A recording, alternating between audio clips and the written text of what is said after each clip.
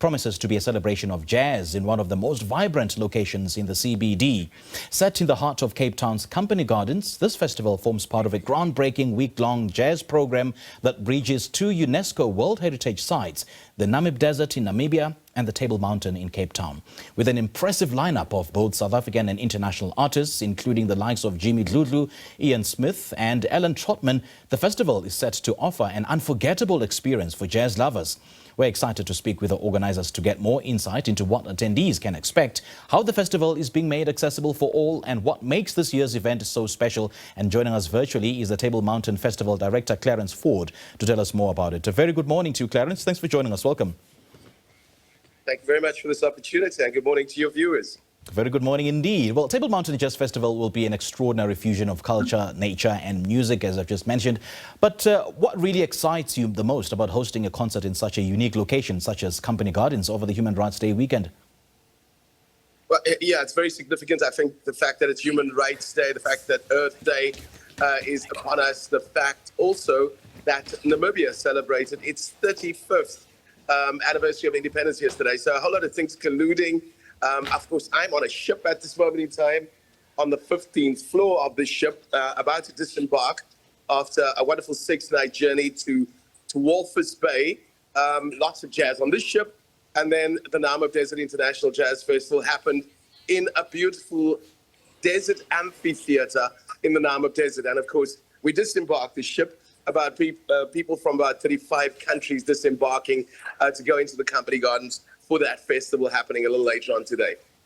You know, jazz is all about storytelling. I mean, jazz music in particular means different things to different people. Storytelling, reminiscing about the past and everything in between. But what kind of message do you hope the audience will take from this experience? And how do these plans fit into this global celebration of jazz and the UNESCO protected heritage sites? Yeah, so jazz is also endorsed, the only genre endorsed by UNESCO. So yeah, 2 World Heritage Sites, UNESCO World Heritage Sites, the Namib Desert, Table Mountain, and of course a ship in between all of that, and a whole lot of jazz keeping everything together. Jazz is that universal language. It is that emotional language. It is a language that is spoken all over the world. So it does break through very profoundly in so very many ways, class, belief systems, all kinds of stuff. It breaks through at a time when the world is becoming increasingly, I think, divided and polarized. So jazz does bring people together. It is an expression of freedom fundamentally, and maybe at this moment in time, more necessary than ever before. It is indeed an expression of freedom, but how would those constructs or narrative be reflected in this festival? I mean, just paint a picture of how the festival will be looking like. Yeah, so we've got artists from very many countries, Brazil, Italy, the UK, the United States of America. Of course, South Africa is represented as well. Namibia is represented. So a lineup of artists, Peter White, Jim Porto, from all over the world, playing out in at the foot of Table Mountain today. Table Mountain, a rather old mountain. The Rockies and the Andes are babies compared to her.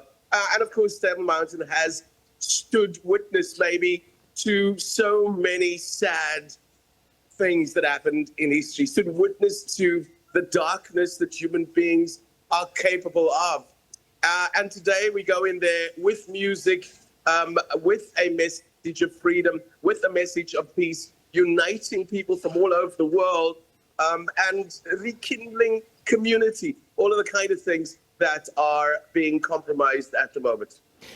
You know, Clarence, the celebration of 2 UNESCO World Heritage Sites is something totally unprecedented. I mean, it is so unique. It is very significant. And this is an absolute must-see. And for those who haven't yet grabbed their tickets, what would you say to convince them to be part of this unforgettable event? Yeah, the ticket sales are through TicketWave. So catchthewave.co.za. Or better still, just walk up to the gate of the gardens next to Parliament. And there'll be an infrastructure in place for you to collect your tickets on arrival. So it's going to be a great day. It's raining at this moment in time, but it's clearing up for the event with music starting at 1300 this afternoon. It continues tomorrow afternoon as well. Any future plans or collaborations for this festival? Well, it's going to be an annual little journey of jazz aboard a ship. MSC Cruises has enabled the ship through till 2028. This ship will go to Walvis Bay Harbour, and it overnights in Walvis Bay Harbour. And while the ship is in the harbour, we go into the dunes, and we put together an absolutely amazing festival. Beautiful desert amphitheatre at the foot of Dune 7, which is also the tallest dune in the world. I don't know if you know, or rather Namib Desert is the oldest desert in the world. And then the ship comes back to Table Mountain. So essentially for people from around the world, an opportunity to see 2 heritage sites, 2 countries, and a whole lot of jazz on the ship as well. I think it's a compelling offering, 2 countries, 2 towns, 2 heritage sites, and a lot of jazz. And most importantly, it celebrates our cosmopolitan, our essence, our common humanity. Lovely chatting to you, Clarence. Thank you so much for joining us.